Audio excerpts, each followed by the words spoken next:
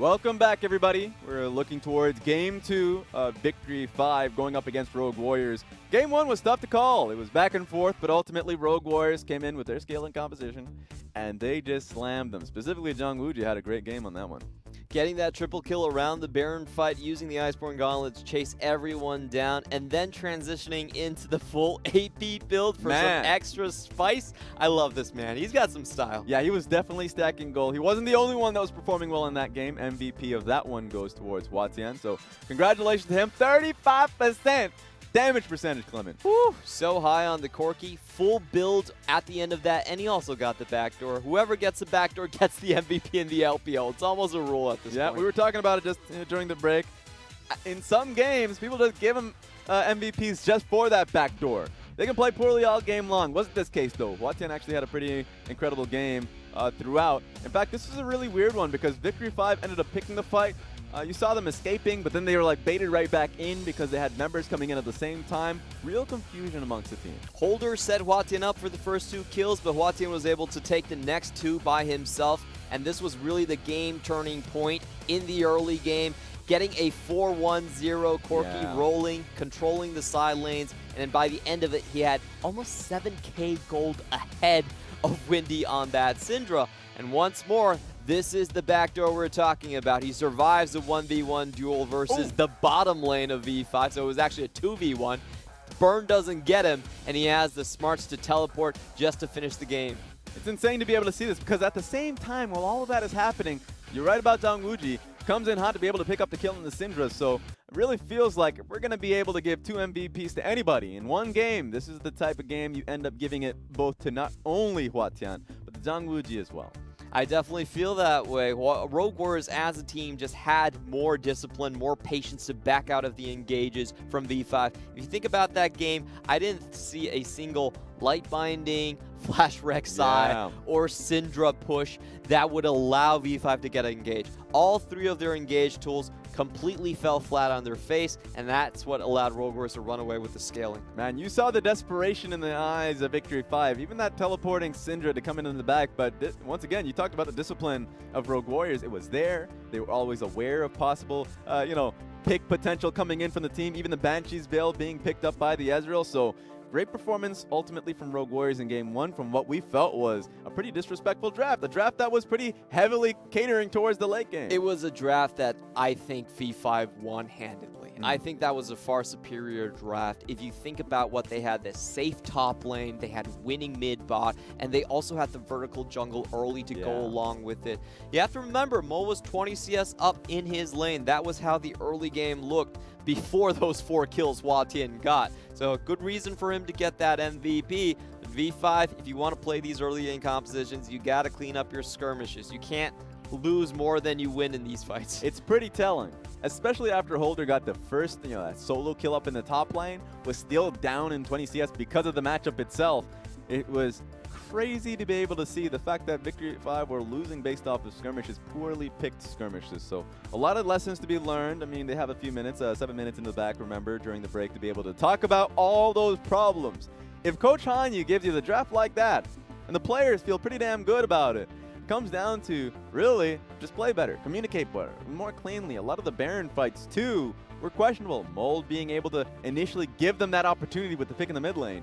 Goes towards the Baron, and when he gets picked off, there are 2 split calls coming in from Victory 5. That was so close. They really could have backed off and had a triple Baron on hand and just closed the game for there. So you could see that this team is still lacking in the shot calling department. The next thing I think that's going to happen in the draft is they're going to dumb it down. Make sure you have strong engage options. You don't need no light bindings, no skill shots.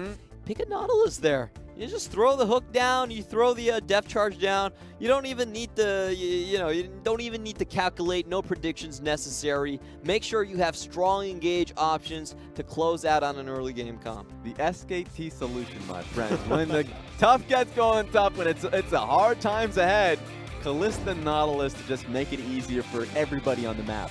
Find yourself on the bottom side of the map, and at the end of the day, that's what it comes down to for a lot of the new teams in the league. You're in the Premier League, and sometimes if things get too tough in terms of communication, you're going up against tough competition. Brute force it. Brute force, baby. Fight them. Have that easy click and go button in your composition, be it the Nautilus or who else do you have on that dot? I'm thinking ZWuJi maybe. Yes. ZWuJi was open. It was open and available. They just didn't want to pick it up into the Sylas.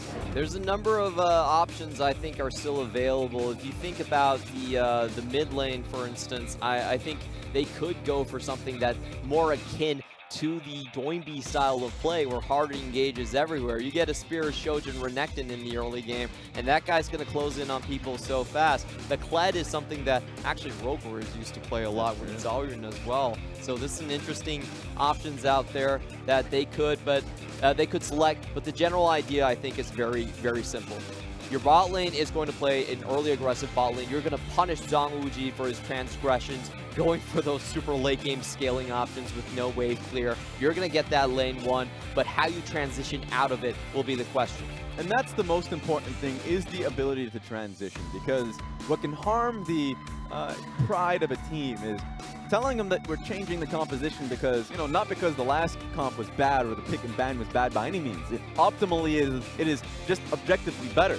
The issue just came along in the fact that it was too hard for that team at this stage in their career to be able to take advantage of it. So making it easier to just pick the fight. What has been a great point of Victory 5 has been the Yasuo and Gragas. The point and click, be able to pick up the fight whenever you can. That might be something to go back to. They did ban out the Gragas themselves. The options I was thinking for actually come from the bottom side of the map. Yeah. Now, Y4, you have to remember, is an Orianna player. That's true. So Gap Closer plus Shockwave is a great way to start a fight. Also, Tahm, Kench has been popping up recently. Y4 does also have the pocket pick of the Varus. So that's 3 options in the bot lane that are not only strong in lane, but give you an easy transition to go into mid game and just close the game down there.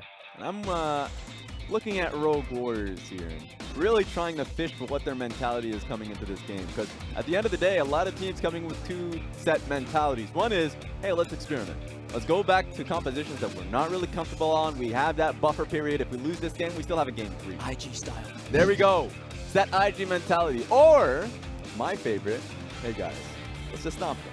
Let's go to, Killua has his Thresh. ZWuJi has his, early game options like the Caitlyn or really anything that really hasn't played him so far. That's true, that's true. His only champions have been Kai'Sa, Xayah, Vayne, and Ezreal. All of them scaling hyper carry options. This guy is very easy to read, and he is also very consistent. However, he keeps on getting away with it. That's true. Why not? Let's see if they change it all just to try and stomp Victory 5 early. This game was, game 1 didn't really feel like a stomp. It was a back and forth game, so you'd expect Rogue Warriors to take this one seriously. Already, that first pick going back towards the Lux. Oh, going back to the same things. I hope at least they can show up with the Kalista. That's still a great answer into the Tahm Kench. Very hard to predict when to use the great health when Rend is almost an instant ability.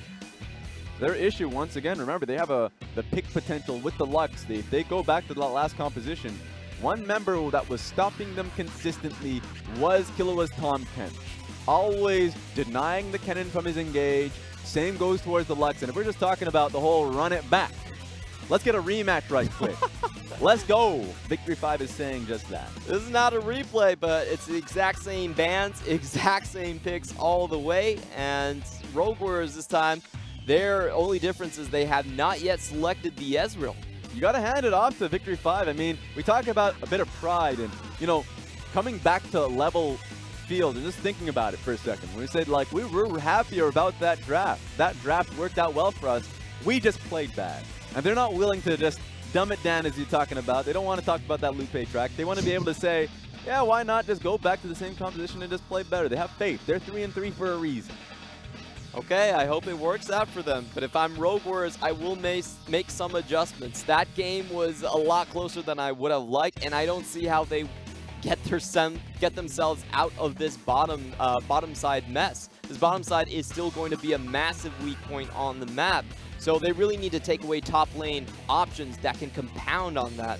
Yeah, they're already doing it. Already we found our first few changes in pick and ban. It's going to be the Kennen and the Response Camille ban here. So we're going to have to see a different top lane matchup coming in from Holder and I'm going to assume Mole in this game. I'm really still don't know. surprised that the Aatrox is being left on the table after all of this.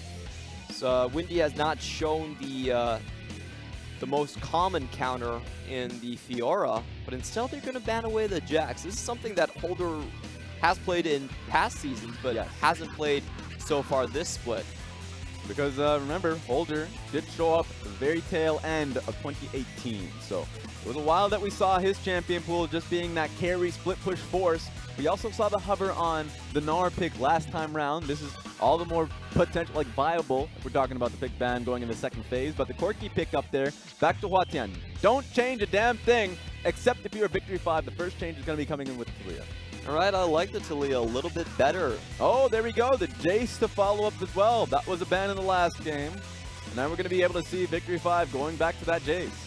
Far easier for V5 solo laners this time to come out and start punishing other parts of the map. They're very, very powerful. There's nothing that does well into these matchups. Taliyah does have the extra shove potential and kill potential on the Corki earlier on. So V5, they are doubling down on their identity as an early skirmishing team, while Rogue Warriors this time, the only change for them is they have their Aatrox, their highest win rate champion. Holder is amazing on the pick, and the rest of it still looks good. ZWuJi and HuaTian got what they wanted. That was the pick you were looking for, Clement.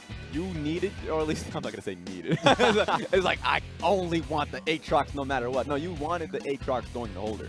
Because Holder's Aatrox is a sight to be seen. It is beautiful during team fights, and that's Rogue Warriors' composition to a nutshell. Not only do they have the poke potential coming in from Ezreal and the Corki in the mid lane, but now you have that raw team fight, that disruptor in the Aatrox.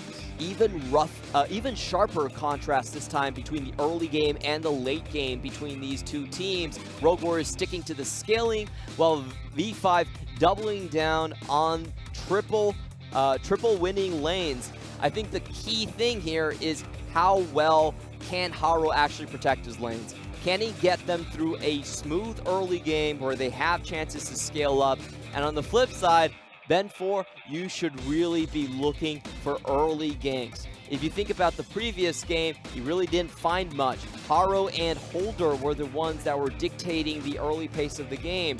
But all Ben 4 needs is just that one snowball, and these lanes could grow out of control super fast. Yeah, I cast my mind back to the last game, and he tried for a top lane gank, but he didn't find it. Couldn't even, didn't have a ward to be able to see if Holder was in position for that gank, but obviously he was able to just hook shot out. Tried for a mid lane gank, but that wasn't even easy as well. In fact, he got turned on. He lost to the Camille who was roaming to the mid lane too. He started that one himself.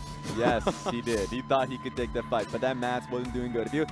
I'm just saying the last education I had probably just flunked out on math on that one. So I'm just saying hopefully this game's going to be a lot better coming in from Ben 4. Has the Rek'Sai because he has the confidence that he can come back into this one and play a little bit better. We're going to have to see how that early game does work for the team of Victory 5. Doesn't matter who they show up in their lineup. I mean, Aliets's Jayce was fantastic too. They have great Jayce players on this team. Just comes down to, yeah, you have your early game lead. Can you transition that though? Definitely is the case in this one.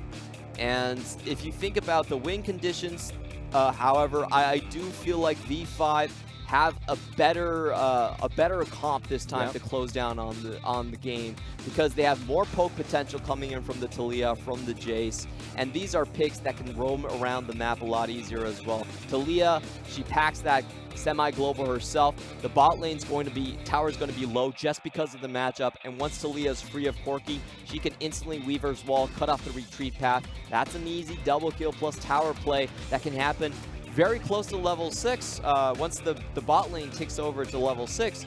So there's a lot of points on the map that Rogue Warriors need to keep close attention to, and a lot of pressure on Haro to stabilize. Yeah, I mean, we were talking about high rolling in the last game. This feels like going all in for Victory 5. All in on the early game. We thought that, Syndra did well in later on portions of the game, and that's true.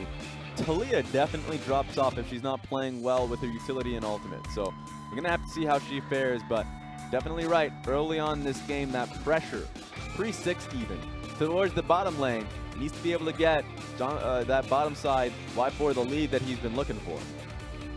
there's something I want to see out of Haro to see how far he's really matured as a jungler. A lot of times when you have 3 losing lane, the most important thing is not showing on the map. Yeah. If you don't show, the enemy has to assume you're in every single lane. There's a potential for a lane gank to happen. So a lot of times what Haro needs to do is actually play safer and not go for those river wards that will reveal his position and allow for easy ganks in already strong lanes. And a lot of the ownership is on the lanes too.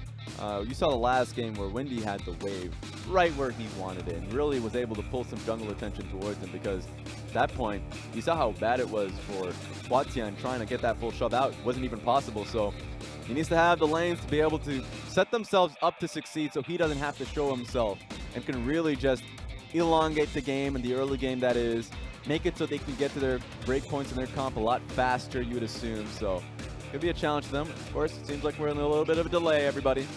We'll find ourselves into the game sooner rather than later. I would just love to blame ZWuJi once again. That's what I love to do. I don't know, man.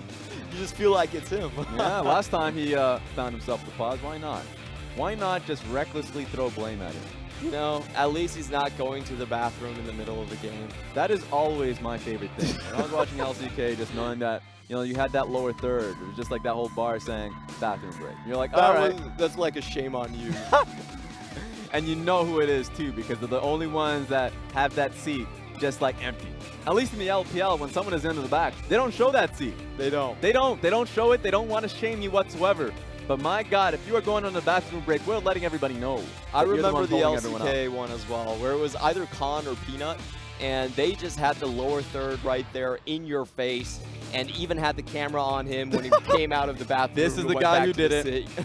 Sorry, everyone, but you guys should blame him. He has a Twitter too, so at him if you can. Tell him to control himself. We've been in the venue a couple times. It's actually a floor difference to where you can reach the restrooms. That's true. It does take a lot of time. This place is insane. I mean, I get trapped quite a bit. There was a few times where I got into a few issues with the guards as well, because I found myself on the bottom floor, which is the mall. And if it gets too late, which is 10 p.m. around there, and you're just like, everyone's out of the building except for the people in the LPL, I find myself randomly in a shop. Yeah, that's a little bit suspicious. There's a reason why that guard doesn't like me. He's like, what are you doing here? Oh, you're not a thief? Then get the hell out of here. Well, I thought the guards were friendly. They remembered me by the end of it.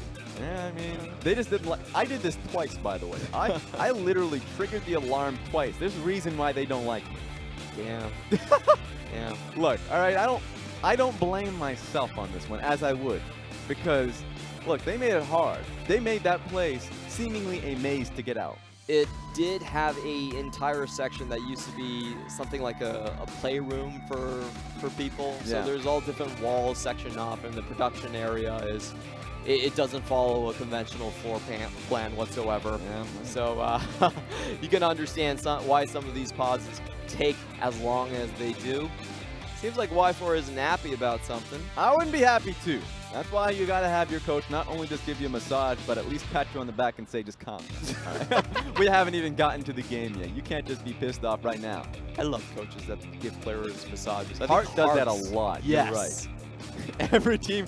We thought it was just him being close to the players like MLXG and all that in RNG. No, he brought that love to EDG too. It's really weird sometimes seeing the interactions, because I don't think you see as much in Western coaches where they're very touchy with the players. You got a personal bubble in the West, all right? Don't invade this personal bubble. Maybe once as a joke. Every day is too much.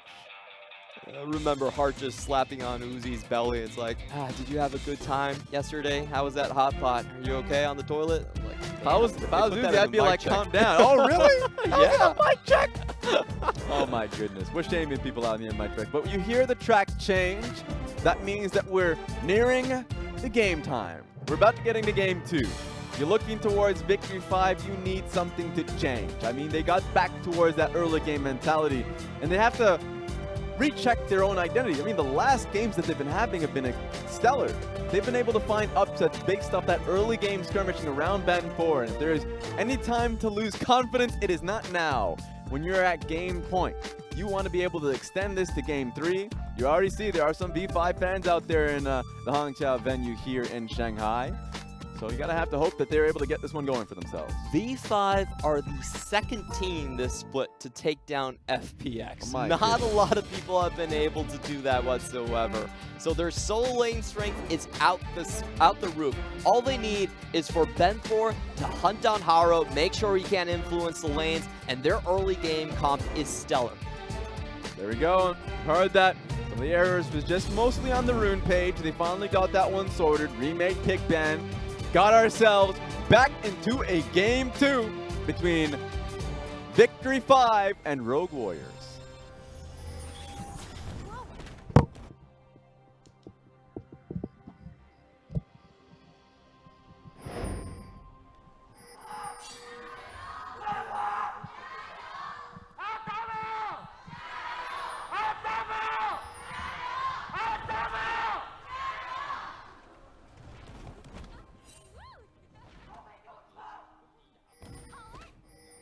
All right, into game 2. Nothing happening into the level 1s. Usually when we get late into these games, you know, you miss a few summoners through invades. We saw a slight invade coming in from Victory 5, but no extra wards being placed. And on top of that, no one found in the Rogue Warrior jungle. This is the weirdest Colonel pick that I've seen. Because he's going up and down on the scaling graph. It's just down for Rogue Warriors. I mean, that's what we have been seeing in the last game between Rogue Warriors and Victory 5, which is, it just goes back and forth. You really do expect the teams to not really hold on to their leads, but take a look at the rune pages. A lot of inspiration secondary you can see between both of these teams. Unsurprisingly, you're seeing fleet footwork on the Corki. Sometimes you see Klepto, which is never smart. It's good if the enemy is a Nautilus. That's fine. That's true. That's true. Seen a lot of Ares there as well. But for the rest of the map, the only thing I'd like to point out is Ben4 is going for the Halo Blades, a more gank-oriented skill choice than the Conquerors, which is a bit more common. And I really want to see him use that advantage towards the mid lane. They have a great one-shot burst combo from Mol. He's getting the teleport. He's getting the ignite over the teleport. Excuse me. So if he can find that kill earlier on, it will snowball quite heavily. And you can already see the strategy coming into action. Rogue Warriors, the bottom lane just getting shoved in completely. Oh no, don't get sunned down like this. That's the result of Lux and Caitlyn. At least ZWuJi's getting some damage down, but nothing even close to what happened to Killua. Killua better consider himself lucky that they didn't have an extra trap up for him. That's the kill combo we've been seeing in the league over and over again. And sometimes you don't have that gray health for it. Ward being catched out, but it doesn't really matter. Windy's out here, out to dry. Let's see if he gets picked out. Should be able to blow flash. No, actually gets completely caught out. At least he comes out alive. That was expected, but is chunked out quite a bit. Well done, and we're seeing more and more junglers do this path, much like SOFM, where they start out with the trinket and then switch toward the scanner. It makes you so much stronger in your early gank. Yeah, and I mean, the wave being primed was a great job from Holder, too. Even the ward being able to catch Haro in rotation to be able to come in for the game. Not much time that Windy had to be able to respond. You can already see, of course, ProView stream there for Windy in the Doyu stream, but you're going to have to pay hard cash for that one. Maybe free no you more. actually don't need to pay cash. Really? Yes, it's actually completely free. What? We are not ProView. No, but like they said that you have to pay after a certain period. Oh, okay. Yeah, but it's still trial period for everyone. Yeah. I really recommend watching it. It's so fun to see pro player habits, and you get to spot team chats as well. Oh, yes, the team chats is huge. That's true. I mean, I would love to see the same kind of creativity that you see from G2. Thank your sponsors. Yep. Thank your sponsors. Promote your your shop, and on top of that, say hi to your mothers. I made it, Mom. MSI, best in the world. What a fun team G2 is. Can't get enough of them. You just have that much raw mechanics amongst yourselves and experience to boot as well. There's a lot of faith that you have, that you know the process. You don't have to communicate all the time. I remember when we talk about the new teams, especially between Victory 5 and Rogue Warriors, communication is so key because, I mean, for a lot of these players, they haven't been on this stage for a very long time. They don't necessarily know like the best plays, what they need to be able to communicate to their teams. And at the end of the day, synergy is always a constant question, especially for both these teams that are fairly new in the summer split. They got completely, changed up. So Ben4 is going to be caught out, but he is a level behind though. He can't win this 1v1. Yeah, exactly. At least he's going to be defending his Grump. Has some help with Killua, so it's going to be a lot from the Cat Frog. Let's see how much damage comes through. Full committal from Victory 5.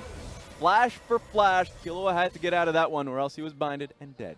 Straight win from V5 here. That's one flash from double summoners on Killua, and he's a sitting duck underneath his tower. I like what Ben4 is doing this time around. Oh, he's no. clearing out the bot side and preparing for that dive. Taliyah, Mole already has a great lane advantage here in the mid lane. We can see him constantly pushing up. The river is controlled very well, and they have that Silk Road leading straight towards the bot lane. Oh, great amount of damage on HuaTian. He has to be able to get out of there. One more auto attack, and that's that. There we go. First blood. So close being able to still, Holder would have been able to get that just a second off, but no. Gonna be a first blood going over to Mole. And somehow Holder was able to get the 1v1 over Windy. Yeah, I want to see that again. Those 1v1 trades are so fun to see, and this is the second time that Holder has found a solo kill onto his opponent in this series. Yeah, and just to track it for everybody out there, Mole was playing top lane last game. This time around playing mid lane, and it was Windy who was being thrown up into the top lane. So let's see what he had to deal with. He thought that this was a pretty good trade, but the electrocute procs come out. He even, flashes right in with the help of the minion damage as well. Windy did not see that one coming. Windy did start that fight himself. He went straight in, and Rogue Warriors, Holder just had so much more damage and the flash advantage. So a bit perplexing on Windy's part. That's just bad damage calculation from him. Yeah, especially if you fight near the minion wave. Going into an electrocute champion. Have to get the numbers right. On that one, it's the great trade back on Holder. He recognized he had lethal and was able to just get the kill. So great job to Holder. 2 games in a row where he's just playing out of his mind. But that mid lane fight, something you have to focus on. HuaTian, that a lot of us are calling, or at least I'm just going to talk for me. You can see, I want to see what your opinion is of being the most improved player. Because once upon a time, he was outright the worst mid laner in the LPL, close to Mala. But now it really feels like he's doing quite well for himself consistently in lane with this one blush that you see in this game. HuaTian always had his highlight moments. It was always about keeping himself off the death recap. Yeah. I would say that would have been his main problem.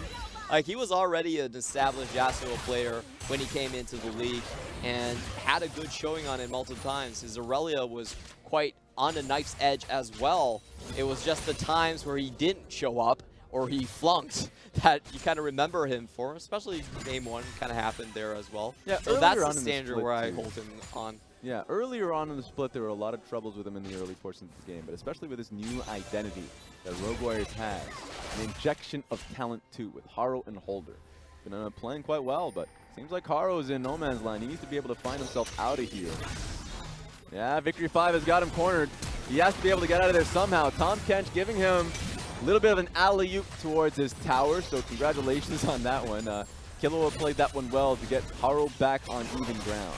Well done, and this game is shaping up to be quite different than game 1. This time around, V5 have a strictly just pure tempo advantage into the bot side. Nothing's being traded up in the top. Holder doesn't have those 3 kills like he had in game 1, and this means V5 can do an early transition. We always talk about that 10-minute Herald. They're on their track. They're on their way for it. Going for it, even with Taliyah getting the wall down. Easy kill on towards the Tahm Kench. Are they going to get 3 kills? Even with a double kill being put to Y4, they just smashed them. Man, Haro thought he could do an outplay with a smart hold behind his tower. Rek'Sai didn't see him coming, but that was a 4-man versus the 3-man, and they completely aced that. Yeah, they were so low in that instant. Even with the heal that Killua had and the flash that Ezreal was able to hold on to, they were just going to have to hold that. Here's another 1v1 there. Holder forcing the flash off of Windy in the top lane. I got to see that replay again on the bottom side. That just happened so damn fast. ZWuJi did seem like he got a chance to even use his arcane shift. Pops right out and dies instantly. He's the only one with the flash behind that tower, and he doesn't get a chance to use it. And a great call to bring Mole into the mix, who's been doing well for himself in lane. got the solo kill really early on, get the first blood for himself, and found that window to be able to roam towards the bottom side of the map and help his team out. So already a far different game, like you mentioned. Victory 5 are doing quite well early in this game. And this is why we say Rogue Warriors draft seems a bit disrespectful. You can't really put a super weak bot lane early on and pair it with a Corki. They're showing all of these picks before V5 gets their selection, and they're hoping to get away with it. Yeah. Which I feel kind of, it's very convoluted. If you have a weak bot lane like Ezreal, Tahm, Kench, then at least go with something stronger mid. Oh no, Y4 is nearly alone on this one, but Max comes in to save him, but nearly eaten by the Tahm Kench, so had to flash away. They're going to turn this one on towards Haro, but just a little bit of damage on top of his head. Whew, I'm surprised Y4 was able to keep himself off the menu on that one. Great E and great flash to dodge out on those final auto attacks from Killua. Oh, looks like they have a pretty good idea. Let's see if they can get the full kill. Just a lot of damage on top of Haro. We should be able to get out of this one scot-free, but Haro's not been having an easy game here. Constantly being, you know, bullied, essentially. Bullied on the bot side. Had to flash away on top of Tahm Kench and ended up dying underneath tower anyways. And towards the top side of the map, too, now you just see Rek'Sai playing it close alongside Y4 and Max. I like what V5 are doing. They're coming in when Haro's They're off doing of it the again. map. Looks like down goes Killua. Didn't even have a chance to at least throw his shield up.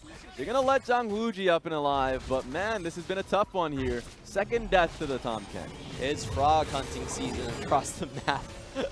This no flash from Tahm Kench has been the most painful period of his life. And I just don't see how Rogue Warriors actually come back from this. They're so far behind, and even with Holder getting a lead, there's an ocean break on Windy. You're not going to be able to, if you don't fully trade and kill him in one go, he's just going to heal straight back up. You don't have that many chances. All right, let's see what's happening in the bottom side of the map. Holder is going to be able to get out of there free. Now, he's actually been doing well this game. Solo kill that he had up top lane. And even forcing the flash off Windy, so it makes a lot of sense that Ben4 is just there to help him out. So back to the lane that matters. Please help the Tahm Kench. Don't kill him. Stop it. Please save the frog. God save magical footwear. I thought you were about to say God hates frogs. No. Because that's also fairly If that was 20 seconds earlier, then he would have been dead. He got away because of the magical footwear, taking him out of range with the 90 caliber net, or else he was completely dead. And this is massive for V5. They not only get the top lane tower, they don't even use Herald on it. It's just pure 2v2 poke, able to get them 2 lanes in the early game. And you can see ZWuJi with his hands on his throat because he's feeling choked out. Yeah, I'm going to be interested in the 14-minute mark when we get to find out how much gold is in the pockets of Y4. It's already 13 turret platings now. Yeah, I mean, you got a solid 10. I mean, it was shared though, so I want to see how much of it was shared. But he's been putting in a lot of work, and it's been a fairly disciplined game from Victory 5. Reminds me of old EDG. I mean, you just play to your bot side, keep it close, and if it ever gets contested, as you saw what Haro was trying to do about 2 times, easily able to push him away. That's an interesting point to bring up. If you talk about the genetics of the team, you have 2 players that were former RNG players, and Mole, who did play most recently on EDG. So they have a lot of this good experience. They're not ZWuJi, a newly formed team with pure rookies. They have a lot of those scrim time with top-tier LPL teams, and they can look to emulate that. That's true. I got some experience via osmosis, just being in the same rooms with a lot of the most experienced players in the league. Do a lot of good. At least get the information on your side. If you can see, it's going to work. Already towards the mid lane, being able to take that one down. This game has just been really all in favor of Victory 5. Look at the goal lead. It's 5K goal lead, 14 minutes in. Does feel pretty bad. Rogue Warriors, at the end of the day, they weren't able to hold on to their bot lane whatsoever. And I don't really see what they could have done with the champions that they selected for themselves. This seemed like it was bound to happen just based on the picks. I will say, though, the reason why the goal is a little bit closer than you would have expected is because of just the raw farming that specifically Corki is going through. He's trying to go through that Rocky montage, getting towards the... Yeah, so that's it. That's how much gold. Nearly 1,000 gold on towards the Caitlyn. That's the mystery that we had here. But yeah, Corki's trying to get to his Trinity Force, but if we're just talking about acceleration here, rather than the perfect farm that Corki's had, they had 0 turret platings reasonably, while Victory 5 got a lot. Every single one across the map. They were missing just 2. Okay. The total count was 13, so when they took the mid tower down, that was already over. That's sad. But it's still the highest I've seen this split. Yeah. I mean, clock struck 14 minutes as they were going towards mid lane, so I guess they were just a little bit off on that one. But yeah, this is just the most you'd expect.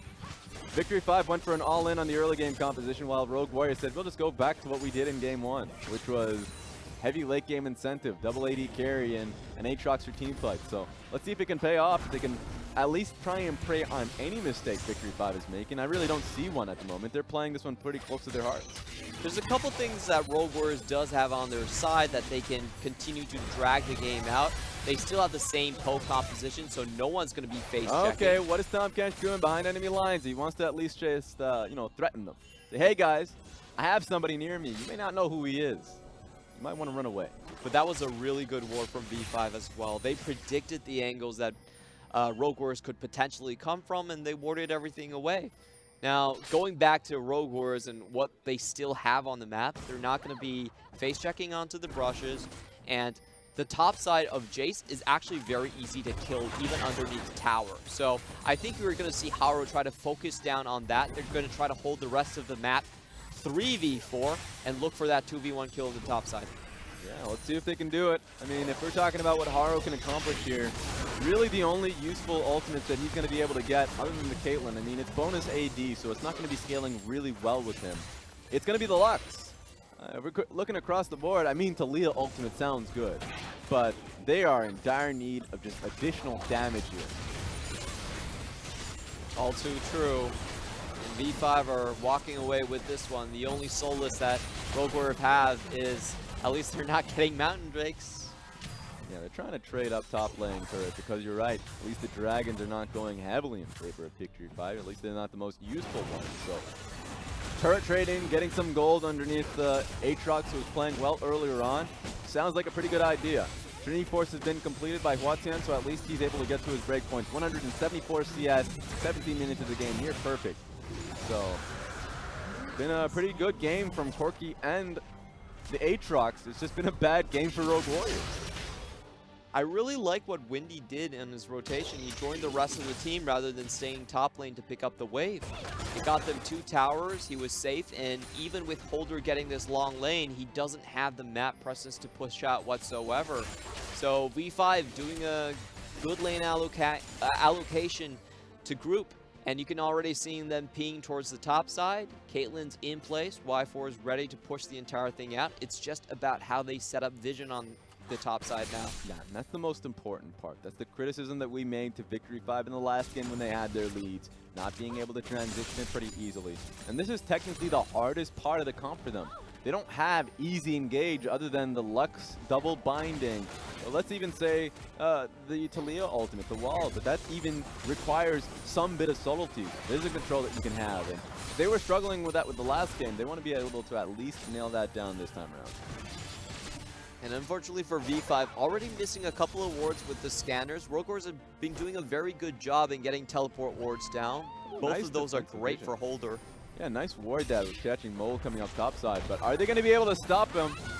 Taliyah ultimate is going to be able to keep the Corki on this side of the wall, but he has Valkyrie. He's going to be able to get over pretty easily. A lot of damage on this turret now. I would say that was a very valiant defense by Rogue Warriors. Not that much damage actually being taken here. Good wave clear coming in from HuaTian, keeping it safe. And like you were talking about, they spot Mole as he comes up. That was a great ward, whoever placed that down. Yeah, so at least Rogue Warriors are holding it pretty firm. This next wave is going to be important, though. If they can hold Victory 5 over for this one, then they've done their job. I don't think Victory 5 would double down, triple down even on this turret, but it's way too hard, way too difficult, and the amount of damage that they're putting down here. Y4 does get poked out by both the Ezreal and the Corki simultaneously. The wave is way too far off. I doubt they hold on to this one.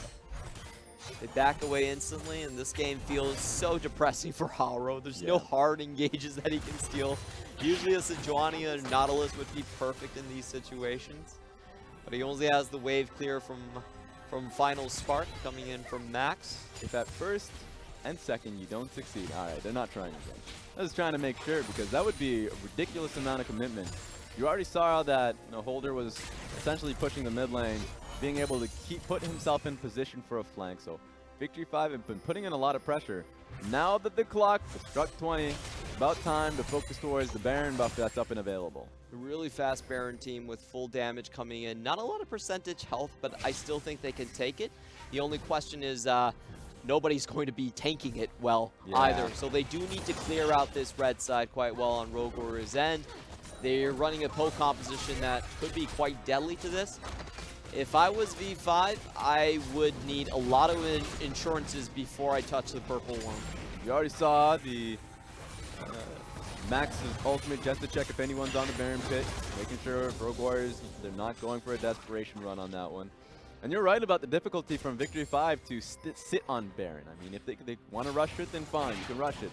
But if there's a contest for it, man, they're taking as much damage as they did in Game 1, and you already saw how hard that one was for them to be able to pick a fight. So they're going back to the lanes, recognizing that they're going to win this game. It's going to be through just the poke and turret siege as much as possible. Just trying to get into the top side of the map. A pure transition ultimate. Poor Killua still level 9, so it doesn't have that level 2 Abyssal Voyage. What a bullet hell game that one was. Just amount of skill shots flying to Y4, okay. Didn't even see that one coming. Doubt Killua did either. Oh man. You can see that Haro wasn't thinking about the damage. He didn't think that that was going to kill him. Flash still in hand, instantly popped. He didn't even take the full 5 pebbles coming in from Q. Yeah. Just disappeared. You just had to eat those pebbles. I mean, at that point, double magic penetration, fully loaded, the Taliyah was. And here comes the poke. It's consistent. It's going to keep happening unless something happens, unless something stops it.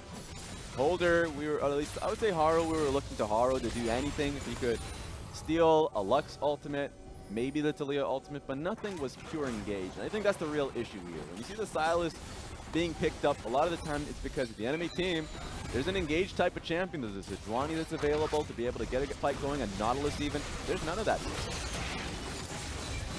Rogue Warriors, they were running a poke plus 4-1 type of composition. There's no hard engage necessary in that comp. And once they find themselves against a tempo and siege comp, nothing much that they can do. I have to point out that I love the itemization coming in from Y4 this game compared to the Game 1. Yep. In Game 1, he wasn't reaching the tower, so he's going for extra wave clear with the Essence Reaver. Gives you a better Peacemaker and also infinite mana. But this time, since they do control the wave, he's going for the Rapid Fire Cannon instead, just so he can get more auto attacks, more safe shots onto the tower. Very interesting itemization based on how far the siege composition is. And Static Shift too, that's actually quite a bit of burst if he's able to nail a champion with that as well. And good wave clear that we were talking about, so he's not too concerned about any possible dives. The Aatrox finds himself in the back line, then great. I mean, congratulations. I wouldn't even know how you did it. But he's banking on the fact that that's not going to happen. So Static Shift with the extra bit of damage and wave clear is going to be helping him out. That's a great answer from Winnie as well. Very early mortal reminder. Just to rain on Holder's chances to come and bail themselves out of this team. V5, like we were talking about, setting up a very large buffer zone before they ever think about Baron. And that's doing him a lot of good. And Winnie's holding Holder down. Thankfully, I mean, he's not going to fully commit. He's holding him in position.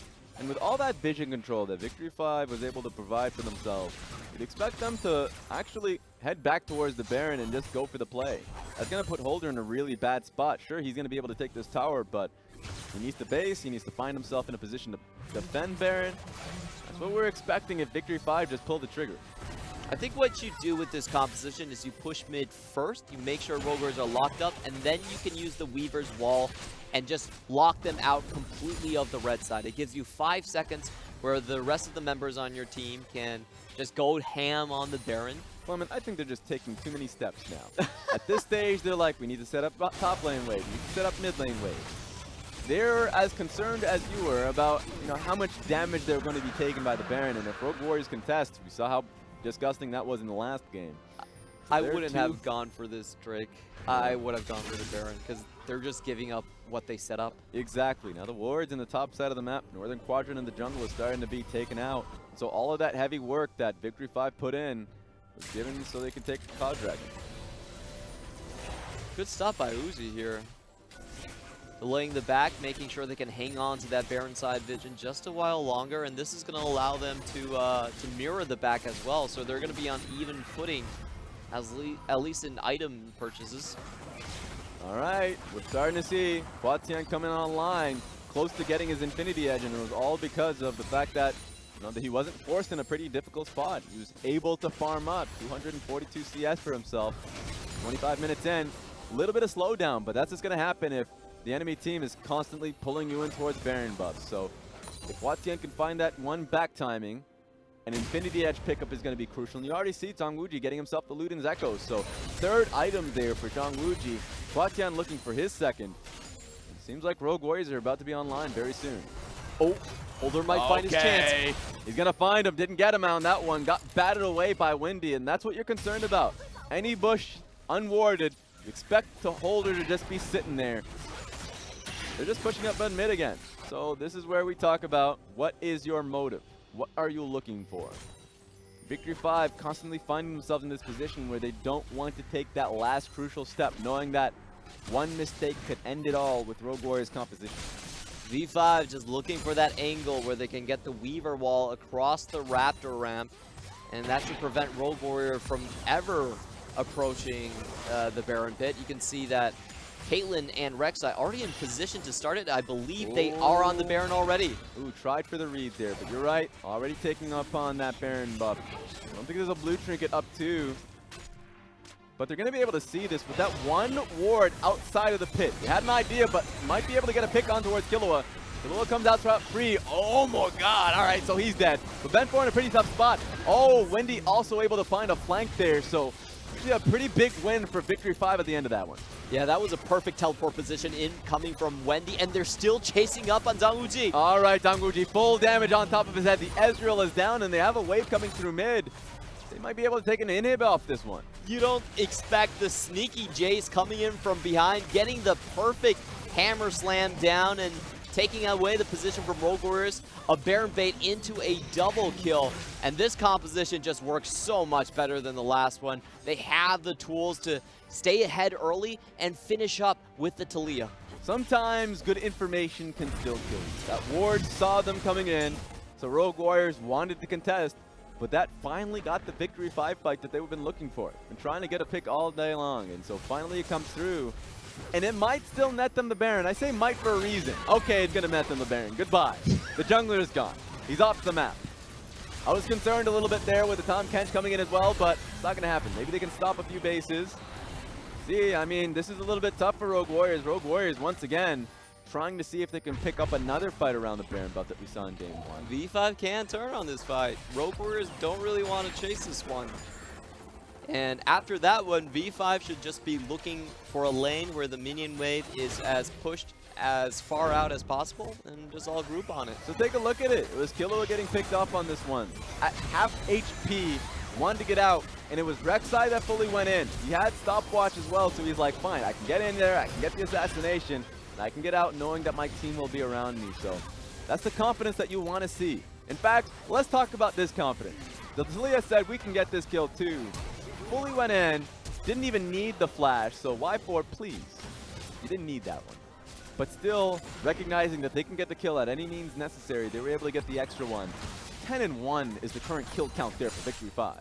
You got to get it secured against an Ezreal, so I respect that play from Y4. They're looking to close in the game. Full team siege like we were talking about. Just looking for the most push lane. And they've got the poke to deal with any of the HP bars from Rogue Warriors. Yeah, fully pushing them off away from the inhibitor turret. The inhibitor itself is going to go down too. Perfectly timed the wave coming in through mid. So Victory 5 doing a lot of good work here. Taking down 2 inhibitors now from Rogue Warriors, but might be able to find a pick flash away there. Rogue Warriors still not be able to find anything. Great decision by Mold to follow the flash with the flash. That was a 5v4 if Rogue Warriors could find it. Still lacking the engages without flash though. So I don't see how V5 actually get engaged upon if they're able to set up their traps here. Take a look at this, Clement. This is the final inhibitor they want to be able to take down. If there's a line to be drawn somewhere, Rogue Warriors have to draw it here. Traps in the sand. Finally, they have the big package. Okay, all right. I think that's about it. I think that's the fight that Rogue Warriors want. A lot of damage put on towards Ben 4. Being answered back to Killua, though. What? Please stop taking those tunnels. That's the second time that an accidental tunnel has been taken, and I'm about sick of it. All right, that's another wave coming through, so suddenly with 3 inhibitors down, you don't have to pick any fight. Victory 5 has recognized that. They're starting to clash in. Here comes the next wave in the mid lane, so 2 waves crashing at the same time. Rogue Warriors, please do something. They just can't find the engage. Their only engage is actually just the Infernal Chains from Holder. How can you expect that to do well? You can't bleed out slowly. This is what the game is turning to. It's fairly depressing. You got to do something. Holder's on his own on this one, but that's another kill coming through. HuaTian on his own. He's down. And they're just going to focus on the dang Nexus itself. Actually, they're going to get a few kills for themselves. They're going to run it on through. Finally taking the Nexus itself. Going to be 1-1. Victory 5, even it out. We were talking about that Gambit. Going back to the same composition that they had in Game 1. They were confident. They said, hey, man, we had the good draft in Game 1. We just played it poorly, and we know we can do better. Victory 5 come back, and they're able to put this one to a Game 3. More confidence in them and understanding that their game plan didn't really need to change much at all. This was a better jungling game from Ben 4. They secured Haro's position. They had a stronger pushing and more influential mid laner in the Taliyah. And I have to question Rogue Warriors' draft at this point. I don't think on Rek'Sai you show your bottom lane first and you show your mid lane too, and they're all weak picks with no priority. That seems like a bad idea. Yeah, finally, Rogue Warriors got punished on that one. Victory 5 were able to really rub it in. Haro was in the right side of the map at the right times. The issue was, so was Ben 4. Ben 4 was there, stuffed them in the bot side of the map, and had the forces flash out. Goes top lane, same thing happened, and you'll lose what was essentially 13 turret plates before 14 minutes. The most dominant early game I've seen this split. Just no one there to stop it. And Rogue Warriors, if you look at their comp, there's not enough strong engage here to really warrant them having a comeback. If you're playing a late game scaling 4-1 plus poke composition, yeah, if you fall behind, what do? It doesn't seem like this composition actually has answers. I mean, that was what's supposed to happen in Game 1. Game 1, that was essentially going to be the plan, and I think we made points about some of the confusing fights that were started by Victory 5 when they had such large CS leads in these lanes. They threw it away, and they recognized that. That was when they went into the back with their coach, they were like, let's just go back. In fact, we don't need these 7 minutes of time. We just want to go back there and redo, so we at least teach Rogue Warriors a lesson. Now, Rogue Warriors have to change something in Game 3. What would you want to be changed here? Okay, if you're going to go for a weak early game bot side, which I think you're always going to go because you're playing ZWuJi, and if you're only playing scaling AD carries, then at least get something good mid. Get something that has at least kill pressure to keep someone in lane, keep them from roaming across the map. You know, Yasuo Greg has worked well for you guys. The other options, you still have that Aurelia that HuaTian is known on. Even if you can't go for the mage picks, which is something that I think HuaTian has struggled a little bit at times, at least go for something that has kill threat to cut off that path from the mid lane straight to the bot lane. Yeah, and I mean, that's the world right now. It's prioritizing Azir first, and then of course Corki has an answer into it. But for whatever reason, we're seeing Rogue Warriors saying not Corki good. immediately. And I think Corki is, once again, it goes back to the idea of if you're going to pick Corki first pick, then bless you, you can do that. But another lane has to be doing well, and ultimately they're picking multiple bad lanes with a bad jungle matchup, and they got a real bad game on that one when it should have happened in Game 1. So Victory 5 coming in strong, can be able to still take this series, and if they do, on the standings, they come out of 4-3. They're above above 500 in this point, where I came out and said that Victory 5 should be, just based off the roster decisions alone, the worst team right now in the LPL, but they made these grand changes amongst their team. A lot of these players are in a great environment, you would assume, because they're performing really confidently alongside Coach Hanyu. definitely the case. I put them 15th myself. I think they were above VG, but I thought they were pretty down in the dirt, losing 4 of their members on the team. However, Windy has proven to be a lot better coming in from the LDL than we expected, and then the addition of Mo took them over the top. It's looking real good, and I mean, let's see if they can finish this one up. Just shut everybody up, including myself. Let's see if we can do it. We're going to be going to a quick break. We'll see you guys back in Game 3.